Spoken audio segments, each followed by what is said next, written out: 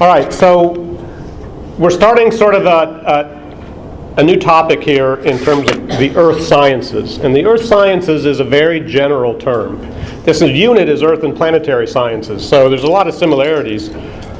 In particular, I'm teaching another class called biogeochemistry, and one of the things we talk about is a lot of it's fairly similar to some of the things we talk about in here, but we just finished talking about the origin of the earth and the origin of life on earth, and the possibility of life on other planets and moons. Enceladus, Titan, what's the other one? Saturn's moon. There's 2 or 3 moons in our solar system that seem to have or may have some of the precursors necessary for life, basically liquid water. The Earth we are also finding other planets in the habitable zone of their stars. So there's a lot of interesting things to talk about there. There's a lot of tie-in between the cosmology and what we're doing right now. But we're also getting into a field that includes three basic focuses. We're doing historical geology as a focus in the lab. So that's what lab is all about this week. Physical geology today. And we're going to talk more about environmental geology as we go forward. Environmental geology is how we relate to the Earth through our own, building buildings and dealing with natural disasters and other things like that. I like to start this again with a historical perspective because in many ways this is the most familiar science that we have. This is our home. The Earth is our home. We live in it. We live in the atmosphere. We breathe the atmosphere. We walk around on the surface, on the crust of the Earth. We mine things out of the crust of the Earth to build our buildings and to feed ourselves. The minerals that you have to survive come from the Earth. The blood that flows through your veins has the same chemical composition in terms of the electrolyte balance as the oceans. So there's a lot of things that we're familiar with when we talk about geology. It's impossible to ignore it, right? You walk out of the building, oh look, there's bayous and there's landscapes and so forth. But think back a little bit more dramatically before we had so much control over things. How do you explain natural disasters if you are in a civilization without a scientific knowledge? I mean, everything's going along great, and then all of a sudden, the volcano erupts and buries your village in ash. How do you explain that? But I mean, it's hurricanes, earthquakes, tsunamis. These are dramatic events that don't happen very often, but are also unpredictable. Right? We even today struggle to predict earthquakes and volcanoes and the paths of hurricanes. Tsunamis. Right? We didn't predict well enough when those would strike the coastlines that they struck, the most recent ones I'm talking about. We're getting better. Certainly there's no excuse with a tsunami. We have the instruments. We know when the earthquake that causes them occurs, and there's an amount of time to warn people. So those kinds of things should get better. We've gotten better at tracking hurricanes. Volcanoes are the hardest thing. We'll talk a lot about all of these things as we go forward because these are still things we deal with. These are still things we worry about. Is perhaps one of the largest volcanic systems in the world right now is in Yellowstone, and it could erupt again. It's extremely active. If it were to erupt in an equal magnitude as it has in the past, it could pretty much disrupt globally. Global communication systems. It could bury the entire United States in ash. So we want to pay attention to see if that might happen, right? So if that's going to happen, we want to know ahead of time. So we're watching these things. But how do you explain these before we had an understanding of how the Earth works? And I'm going to lead up to the theory of plate tectonics. It's really our first time we have a theory that I'm going to really spend a lot of time on. We've talked about a couple already, but we're going to come back to with quantum mechanics and string theory and the Big Bang and inflation theory.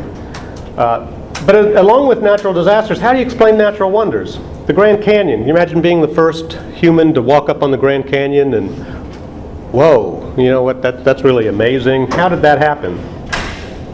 And I just got a few here. The Aurora Borealis, things like that. One of the more perplexing things, even as we started to study the Earth scientifically, some of the earliest geologists climbed up into the mountains, up into the Alps, and found clams. fossils of ocean animals in the mountains. Like, how in the world did these ocean fossils get on the top of a mountain? I mean, how do you explain that?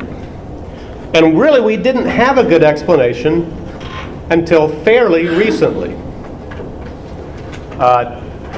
Prior to the theory of plate tectonics emerging, we would have explained things in a more mystical sense through mythology, something like that. Our modern explanations, I always want to point out, ancient aliens are not responsible. If you enjoy watching that show on, again, History 2 or whatever, I don't know what that guy's name is, but Avatar, based on a true story. I mean, he sort of believes that. Science, that's that kind of thing where not only can science not rely upon an explanation like that, we can discredit just about everything that he would claim to be true through scientific investigation. So we're looking for more modern scientific explanations for some of these things. So we're always looking to explain what's around us. Geology to the left of us, geology to the right. Wherever we look, there's geology. So we're going to get in on the ground floor. You might be talking about the geothermal energy, I don't know, or the minerals in the rocks. Certainly there's a lot that we take advantage of in the Earth's crust for business. When I talk about environmental geology, one part of that is called economic geology. Oil and gas is part of economic geology. How do we find it? How do we find the minerals? Gold mines. Heavy metals are in all our cell phones, and the rare earth metals that we need to find. We're starting to mine those here in the United States. Most of them come from China, or most of that comes from China at the present time. So we'll talk a lot about economic and environmental geology as we come forward. In the historical sense, we talk about this in the lab a little bit this week, so I'll talk more about this as we go. And why the Earth is so perfect compared to the other two planets in our sun's habitable zone. When I talk about a habitable zone, we're talking about a distance from the sun where the temperature range on the planet could be suitable for having liquid water on the surface of the planet. The Earth is the only one of the three terrestrial planets in our sun's habitable zone that does have liquid water on the surface, because Mars is too small. Its gravity has not been able to keep the water on the surface. It's all bubbled off into space. Venus, on the other hand, has no water on its surface to begin with, and therefore has a runaway greenhouse effect of carbon dioxide in its atmosphere, making it the hottest planet in the solar system. So of these three, only one that we know of has life, and only one for sure has liquid water on the surface. There may be some water on Mars in aquifers underneath the regolith. So again, there's a lot of things, a lot of topics that we can explore going forward. But what provides the explanation that we're looking for is a theory called plate tectonics. And it took a long time to be accepted. The general idea actually arose early in the 20th century from Alfred Wegener, who looked at the continents, and he noticed that if you push them all together, they fit together like puzzle pieces, right? I mean, you can look at a map and you can see that. There they are, sort of pushed all together into a single continent. Now, he also said you can look at these. If you look at the fossils in the Alps and you look at the fossils in other mountains in other continents, where they match up like puzzle pieces, you get the same fossils, you get the same type of rocks in each of these mountain chains. It just looks like they had to have been together at one point. They're the same mountains almost, they're just separated by oceans. Same age, same fossils, same rocks. It's called biogeography. And you can look at those patterns all over the place. And so he said that must have been that the continents at one time had been together and they have since drifted apart. And he was almost driven out of the profession. I mean, he was criticized so harshly that he almost couldn't make a living as a geologist. People said, yes, we have to explain these things, but come on, the continents drifting around the planet, on the surface of the planet, that's just impossible. You don't have a mechanism. How in the world could that possibly be the case? Well, it turned out, for a completely different reason, what's called the Ocean Drilling Program, which started as the Deep Sea Drilling Project, became the Ocean Drilling program and is now the Joint Oceanographic JOIDES, I can't remember the whole thing, started drilling holes in the ocean floor. The first ship that they had was the Glomar Challenger. This is in the 60s, and they were looking for the history of the ocean floor, as well as looking for resources in the ocean, trying to map the ocean floor more carefully and so forth. And they noticed a couple patterns that gave us the mechanism that explains continental drift.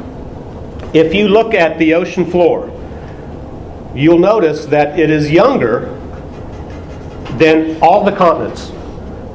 The continents have rocks that date as far back as 4 billion years ago, 3.8 billion years ago. The ocean floor, the oldest ocean floor, is only 100 million years old or so. So why are the oceans so much younger than the continents? You can also go out to the middle of the Atlantic Ocean, for instance, which is right now is here because this is separated. Okay, so you look at the Atlantic Ocean, and this is rotated, and you see a huge row of mountains going down the center of it. This is the Mid-Atlantic Ridge, and you notice that on either side of the ridge is very young rock, and the farther you get away from the ridge, it gets older and older. You also notice what are called magnetic reversals. Rocks that are forming right now, cooling from magma and forming new crust, have a magnetic orientation that matches the Earth's magnetic orientation. But the Earth's magnetic orientation has switched through time. What is now the magnetic north used to be in the South Pole, not the North Pole. And it's flipped fairly regularly, often, in geologic time. And you can map that out. Those switches have occurred equally on either side of the mid-ocean ridge. It's like a mirror image of these magnetic reversals on either side of that ridge. So it became very obvious that the continents are being pushed apart by the spreading of the ocean away from these mid-ocean ridges. We're going to see other features where ocean crust is being destroyed at what are called subduction zones. And now that we've mapped all of this out, we can see the mechanism. And we'll look at this process here in a minute, a conveyor belt of convection currents in the Earth's mantle. It takes an understanding of the Earth's structure that we didn't have in Wegener's time, but we can actually measure these motions now. We can calculate how fast the continents are moving using satellites and other instruments here on the surface. They move about 2 centimeters a year, which isn't very noticeable unless you're living on either side of the San Andreas Fault and you've been there long enough and you may have noticed, wait, our house used to be directly across and now we're offset a little bit. Because in historical times we've actually seen that motion occurring along that fault. And that fault represents one of 3 types of plate boundaries that we need to talk about. Okay, so let's talk about plate boundaries. Before, I'm going to walk through these various pictures here. We're going to look at the Earth's structure, then we'll look at the plates and how they come together. We'll come back. I want to talk about these types of margins. I want to point out, when we use the term margin, we can use it to describe 2 different things. One would be a plate, really a boundary, or what we would call an active margin, where 2 separate plates, are bumping into each other. We also have margins of land in the ocean. So if you go to the East Coast and you walk out into the Atlantic Ocean, it's not 2 different plates. It's all one plate. So that's a passive margin with the ocean and the land. So I don't want that to be confusing. I'm going to use the term boundaries when I'm talking about 2 plates coming together. I use the word margin when I'm talking about the ocean and land transition from land to ocean. You can have active margins because oftentimes the edges of a plate are ocean, one plate is ocean, one plate is continent, and so the margin of the ocean and the continent is an active margin. It's also a plate boundary. Okay, so let's take a closer look at the structure of the Earth. The Earth has an inner core that is solid. It's extremely hot, but because of all of the pressure of the rest of the Earth pushing on it, it's a solid. There's a liquid outer core around it, again a very hot, dense rock. because of this difference in density, as the Earth spins, it generates a magnetic field. As these two inner cores rotate at slightly different speeds, it generates a magnetic field. And it's a good thing that it does, because if the Earth didn't have a magnetic field, we would all be dead due to the radiation from the sun. We have to be protected from that radiation by the Earth's magnetic field. Our atmosphere is not good enough. But the magnetic field deflects most of the dangerous radiation from the sun. But the more significant part for most of the rest of what we're going to talk about is this mantle, this very thick semi-solid or plastic solid part of the Earth. It is a fluid. It does flow. It's like silly putty. You put silly putty on the table and it flows. But you would still call it a solid, right? Even though it can flow. It's a plastic solid. So the mantle is like that. And the crust is actually just a skin on that mantle that has solidified into a solid crystalline rock. Not a plastic material, but crystalline. And it's very, very thin. It's almost like the skin of a soup. If you're cooking soup on the stove and the temperature, it's not enough to boil, but it's keeping it heating. You're heating it from the bottom. You'll still get a skin on the top quite often as it cools at the surface and it's exposed to the air. Well, the same thing's happening to the Earth's crust. Even though the crust may be, quite thick, up to 25 miles thick in places. It's a lot of. That's a pretty far distance in our terms, but in terms of the entire Earth, it's a very small amount. This is not to scale, keep in mind. Even this crust has had to be exaggerated for you to see it. It would be paper thin if we were to put it at its real scale. And all of the variations in the Earth, from the highest mountain to the deepest oceans, would all be within that very thin margin, paper thin margin around this diagram. So we've exaggerated to show the crust and how it has different features. One other thing to note, where it bulges in both directions. So if mountains are built, and we'll talk about how that happens in a minute, whatever goes up, there's a root that goes down. And so the crust is literally floating in this mantle. It's buoyant. And mountain chains have roots that sink into the mantle, as well as the peaks that come away, that grow away from the mantle. One of the more significant discoveries, though, one of the things that, again, finding this mid-Atlantic ridge and mapping it out, and mapping the magnetic reversals out, looking at the entire oceans, we noticed a bunch of other patterns. We found these ridges in other places. We also noticed that almost all of the Earth's volcanoes and earthquakes occur along these margins, along these boundaries. The Ring of Fire, right? This is the Pacific plate boundary with the Eurasian plate. There's subduction here. The ocean's deepest trenches are found here. That's where the earthquake was that caused the latest tsunami that hit Japan. Earthquakes, because there's a lot of stress here as one plate is literally being forced under another. There's a lot of earthquakes that occur along that boundary. And a lot of volcanoes right behind it as that crust gets remelted and creates magma chambers that produce new volcanoes. But you can look at that all the way around it. I mentioned Yellowstone is one of the most active volcanic areas in the world. And it's behind a similar subduction zone just off of California. But we also have an unusual situation where a little bit of North America is on the Pacific plate. Most of it is on the North American plate. So this little bit of California, this line here is called, it's the San Andreas Fault. It's called a transform fault. And that's a unique kind of boundary. South of it, as the Baja Peninsula is growing, there's subduction. And then down here, there's another plate spreading apart, being subducted under South America. Again, mountains, earthquakes, volcanoes. Most of them, not all of them, but particularly the more significant ones occur along these plate boundaries. And there's a reason for that. So let's look a little more carefully at what's happening at these plate boundaries. I'm going to describe three basic types of boundaries, but more than one thing can happen at each boundary. We have boundaries that could be called convergent. In other words, they're being pushed together. If you have ocean crust being pushed together against continental crust, the ocean crust is subducted underneath the continental crust. This happens because the ocean crust is denser than the continental crust. Ocean crust is made of basalt. Keep in mind it's formed at these spreading centers and then is pushed away from there. That's a divergent boundary. Where it runs into the continental crust then, because the ocean crust is denser, it sinks in the mantle a little bit lower. The continental crust rises up a little bit higher because it's made primarily of granite.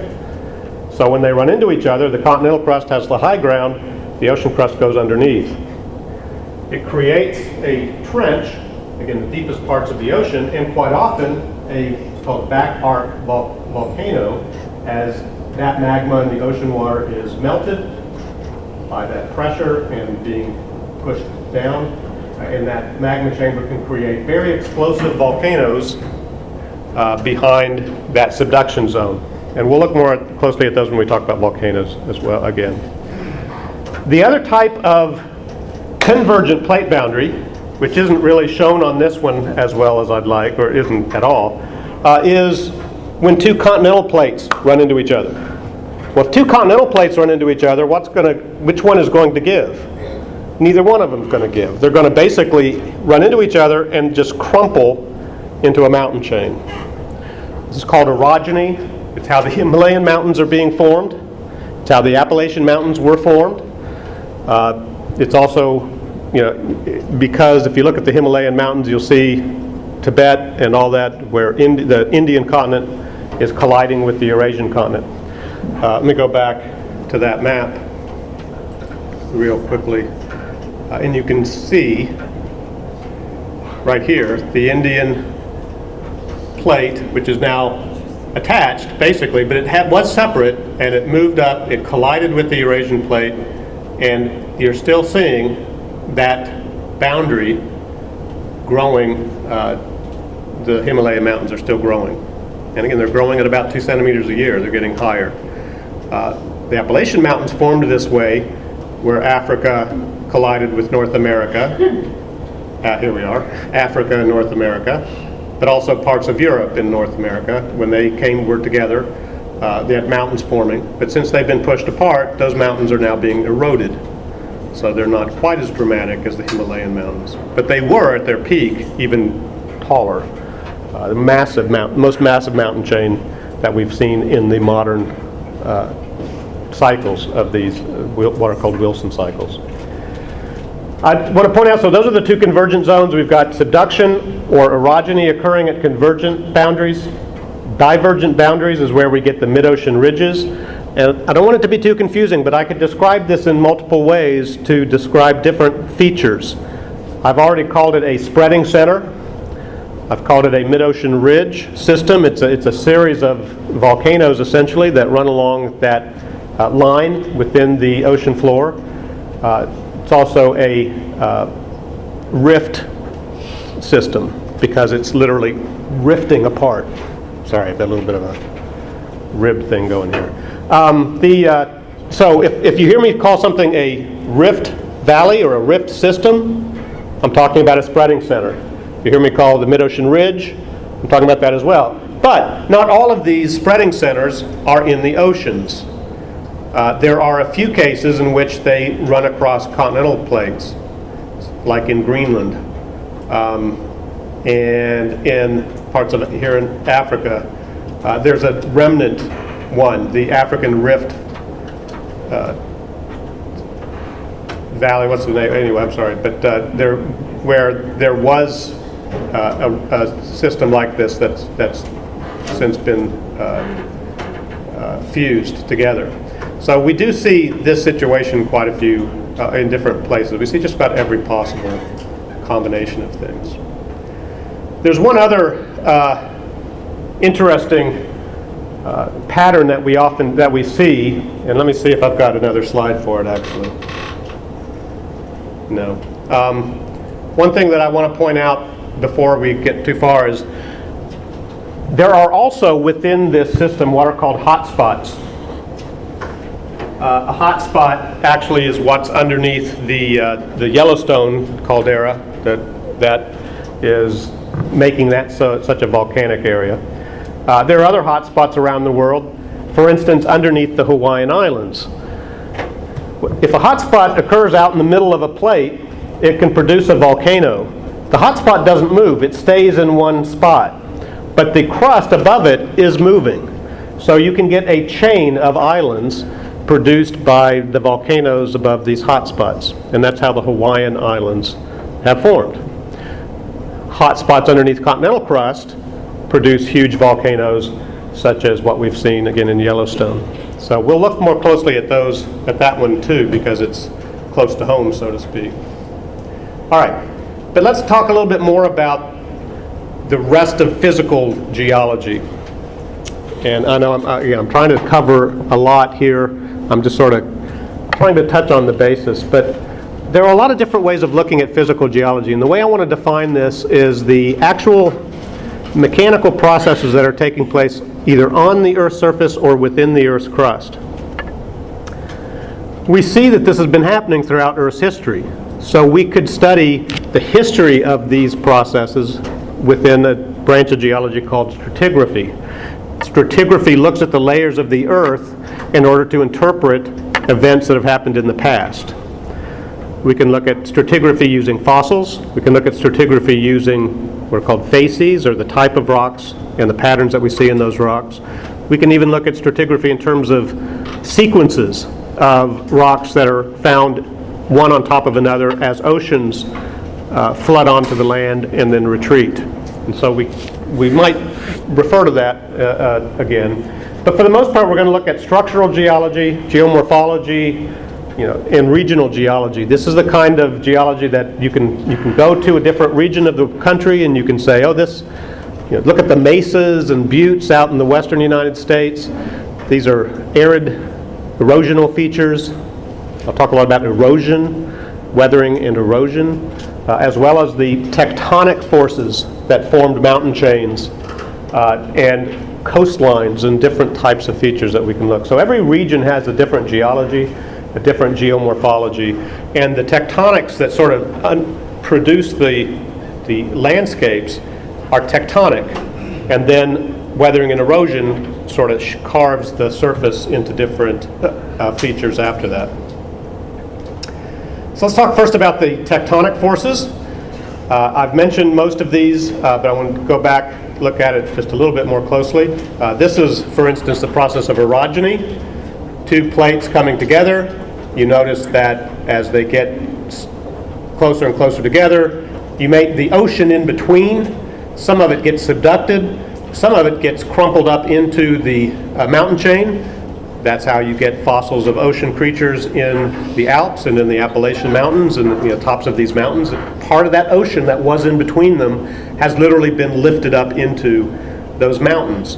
But for the most part, it's also slabs of continental crust that get broken and piled up on top of each other. This is why, even though these mountain chains, as they're actively growing, but even after, as they sort of settle back in, you can get smaller earthquakes around any mountain chain, even away from an active plate boundary. Those types of earthquakes follow one of these three patterns. Okay, these aren't generally the more dramatic earthquakes that you might get along the San Andreas Fault, but if you've lived in the Carolinas or even here in Texas, we can occasionally get a small fault, mainly due to salt domes here around the coastal area, but there are also some faults. A normal fault is what occurs if the crust is broken, and this is generally done because of stress on the crust. Keep in mind, the crust is a crystalline solid. It's somewhat brittle. If it's being pushed on, it can break. If it's being pulled on, tensional stress, it can break. If it's being sort of twisted, it's called shearing stress, it can break. Whenever the crust breaks, it's called a fault. If one side of the fault, what's called the footwall, is pulled down by gravity relative to, or the hanging wall is pulled down by gravity relative to the footwall, we have what's called a normal fault, because that's what you would expect. You would expect gravity to pull down on the crust so that it slides down the fault. But that's what happens when there's tensional stress. If there's compressional stress, we get what's called a reverse fault. And you can see the footwall pushed up, or the hanging wall pushed up relative to the footwall. And I can show you pictures of these things. I mean, it's really dramatic when you see these out in the field. And that's reversed because it's against the force of gravity. If you get a shearing stress, like trying to tear a piece of paper, you can get what's called a strike-slip fault. Somewhat similar to the transform fault that we see occurring at the plate boundary along the San Andreas Fault, but on a smaller scale. And again, there's some really interesting pictures of these things, and the book has some of those pictures. It's worth mentioning while we're here, of course, that earthquakes that occur at these along these faults can occur at any depth along the fault below the surface. Where the actual movement occurs is called the focus of the earthquake. There's a tremendous amount of energy here because this is a huge amount of rock, of crust, pushing together and then slipping a little bit. Even a little bit can generate a tremendous amount of force. That force travels as waves away from the focus. The closest point on the Earth's surface where those waves are felt is called the epicenter. But there are various types of seismic waves that are generated. Some shake the ground up and down, some shake the ground back and forth, some can travel through air and water, some only travel through solid rock. But this is also where tsunamis come from. As these waves reach the surface, if the fault is under the ocean, the waves reach the surface and push the water into a tidal wave, which eventually reaches the coast and crashes along the coast as a tsunami. Just to take a closer look, there's two waves that I want to emphasize, because we're going to come back and see how the physics of this is very similar for these seismic waves as they are for any wave. A P wave is sort of how sound waves travel. An S wave is how light waves travel. But these are also the two main types of seismic waves. And as you can see, compression waves shake the ground back and forth. S waves shake the ground up and down. And so if you're in an earthquake, if you've ever been in one, I mean, you're going all over the place, right? And so they can cause a lot of damage. We measure the strength of the earthquake, not by dogs, but by something like the Richter scale. We still call it the Richter scale. The original person who it was named after, it's been sort of updated enough to be a different scale, but it's like many things, we still call it that because we're familiar with it. But one thing to notice on that scale is that the magnitude increases by a power of 10 each time. So if you've got a 6 on the earthquake of a magnitude of 6, magnitude 6 earthquake, that's pretty severe, but a 7 is 10 times as severe, 10 times as much energy. An 8 would be 100 times more energy than a 6. The worst earthquakes that we see tend to be around 8 or 9. Some of the worst in history have been 9. These get adjusted sometimes, so you might see a 10, or you might see a site say, that wasn't accurate, but that would be a tremendously big earthquake. 9s are generally the biggest. Again, I think the dogs are a cute way to do it too, and sort of by folklore of animals being sensitive to these kinds of things before we are, you can see animals get agitated sometimes before you actually feel the seismic waves yourself. Even the tsunamis, the animals reacted before the tsunami actually struck the shore. All right, so one other thing, and again, I feel bad about talking about so much, but it's in the book, so you can go back and fill in the gaps. When we're talking about tectonic forces, I want to mention what are called intrusions. And in fact, next week when we take our rock walk, we'll walk into a batholith. Essentially, we'll look at this in the rocks that we're going to see. But this is magma that's pushing its way up from the mantle into the crust of the Earth.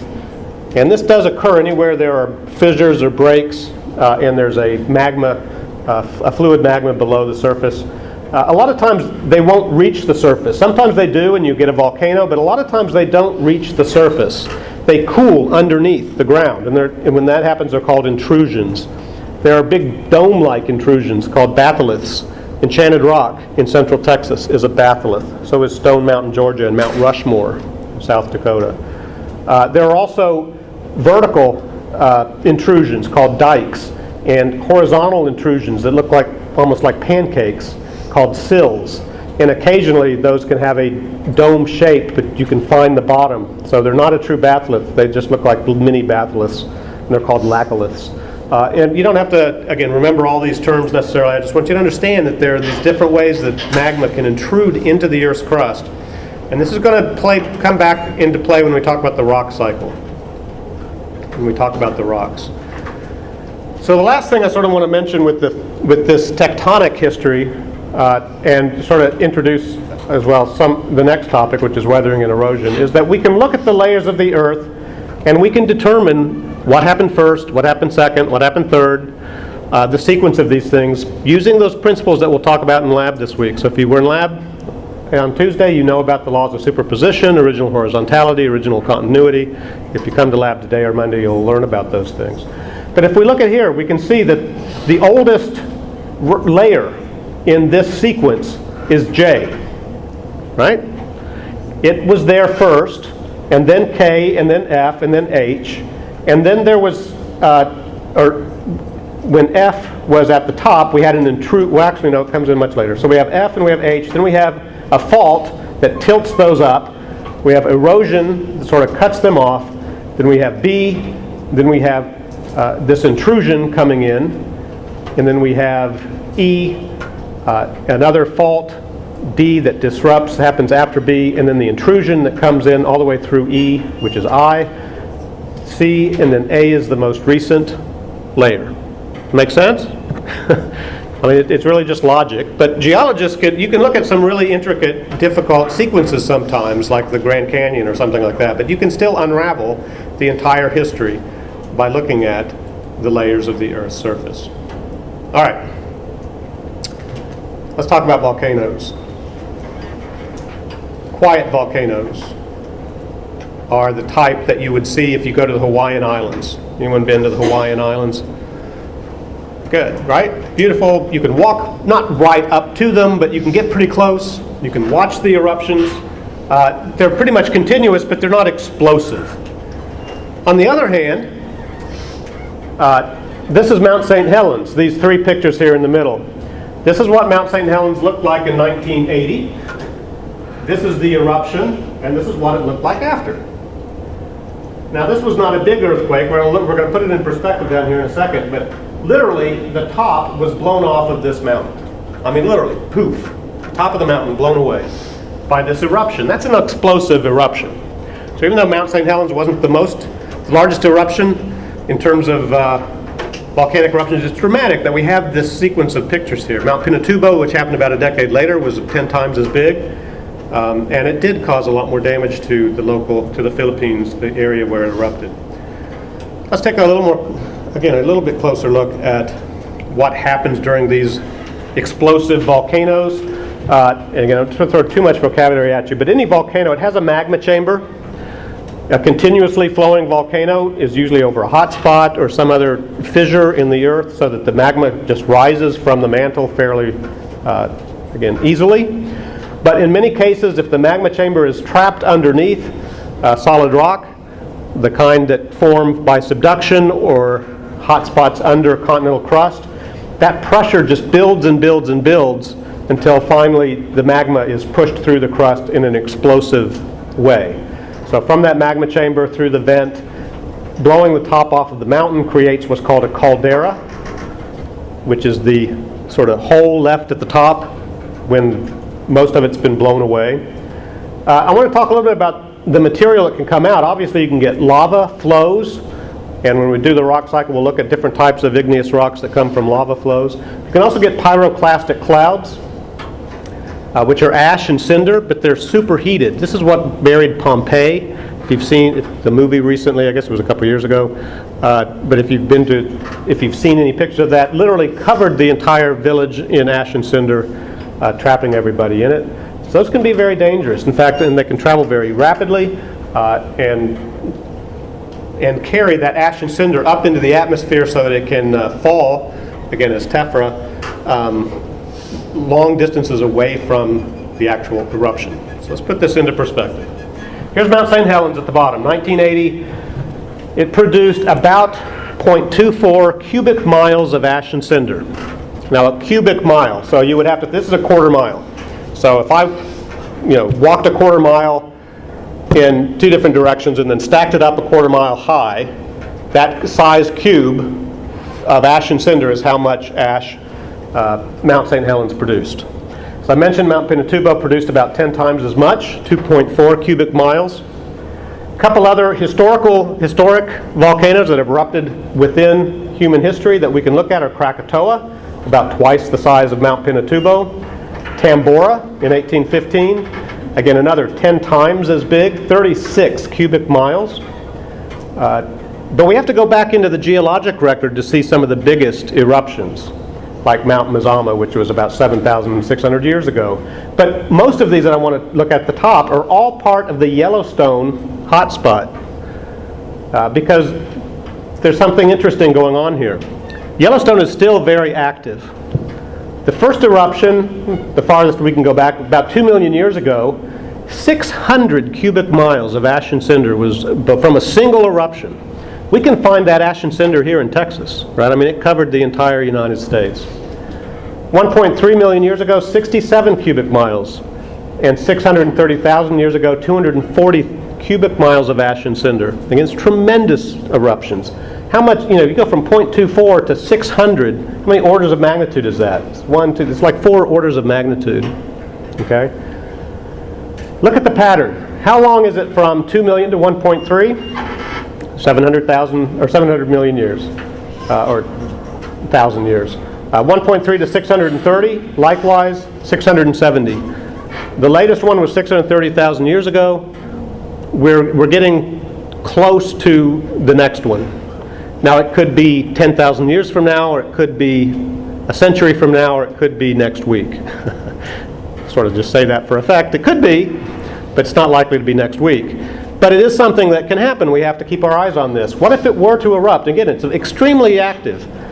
Krakatoa, Tambora is a very similar situation. Also one of the most active volcanic areas in the world right now. And as we've seen within human history, an eruption of 36 cubic miles, the most dramatic in human history. It basically took a huge island and turned it into an island chain, because the island blew up and the rim of the caldera is what's left behind, and it's a series of islands, a circular chain of islands now. And we saw that happen. All the Atlantis, the mythology behind Atlantis, the idea is that maybe that kind of thing happened, that an entire island was blown apart by a volcanic eruption, and the mythology of that became what Plato described as Atlantis. So this is something to keep an eye on. I'm not saying it's going to happen next week, but we want to keep our eyes on it, right? All right, I've mentioned hotspots. This is just a good description of this. When it happens under the oceans, it's a lot more, it's not as explosive. Matter of fact, it's one of those quiet volcanoes. But you can get a series of volcanic islands forming as the crust moves above the hotspot. All right, I'm going to have to stop here and not talk about weathering and erosion yet. We'll have a chance to come back to this when we talk about the rock cycle, so don't despair. And we'll have a chance to talk about some of this on the rock walk. But I don't have time right now, so I'm going to go ahead and do the quiz. So we'll come back to this part of it later. We are in Chapter 5, Plate Tectonics. I must have been logged out. Yes? I quiz on Chapter 4. When I went home to take the quiz, it marked me wrong for answering true, like the core Jupiter could be solid diamond. Didn't you say that could be true? Okay, say that again, which one? The core Jupiter could be solid diamond. Yes, I did say that could be true. Did that I said mark true you? and it marked me. All right, well send me an email about that, because when we did it in class, it showed, it gave us credit for that answer. All right, so as you can see, as I sort of move through the chapter to get to the quiz, there's a lot more in the chapter than what I'm able to talk about in lectures. So the lecture is basically an outline of what the chapters are. Again, they're both my stream of thought, so they should line up pretty well. But I just, there's no way I'm going to cover everything in 50 minutes. So the chapter really is your better resource as far as preparing for the test and that kind of thing. All right, let's go ahead and do this quiz, and we will be done for today, except unless you still have lab. The Hawaiian Islands are the result of hotspot volcanism. Is that true or false? That's true. The Hawaiian Islands are sitting on top of a hotspot. There's an active island that's still volcanically active, and there are other older islands that have since moved on past the hotspot, but it is definitely over a hotspot.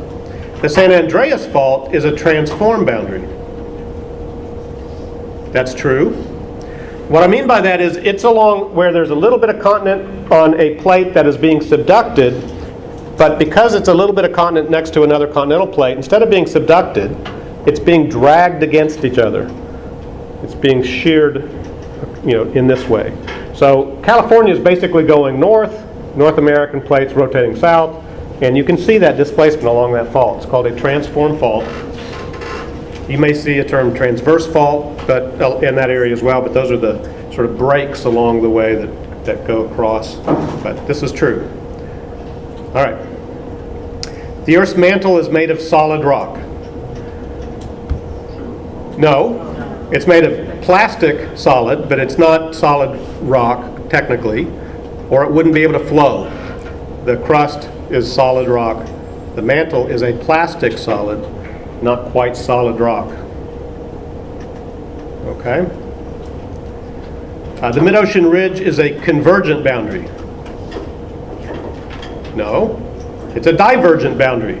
The mid-ocean ridge is where the continent's new ocean crust is being created and spreading away from that ridge system. So it's a divergent boundary. The Marianas Trench, on the other hand, is a convergent boundary. So this is false as well.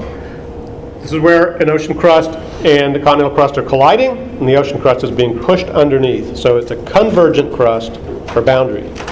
And there's one crust being subducted under the other. All right, and that's all of them, so we're finished. Got them all correct, all green, so you're good to go. All right, and we finished on time today. I did a little bit better.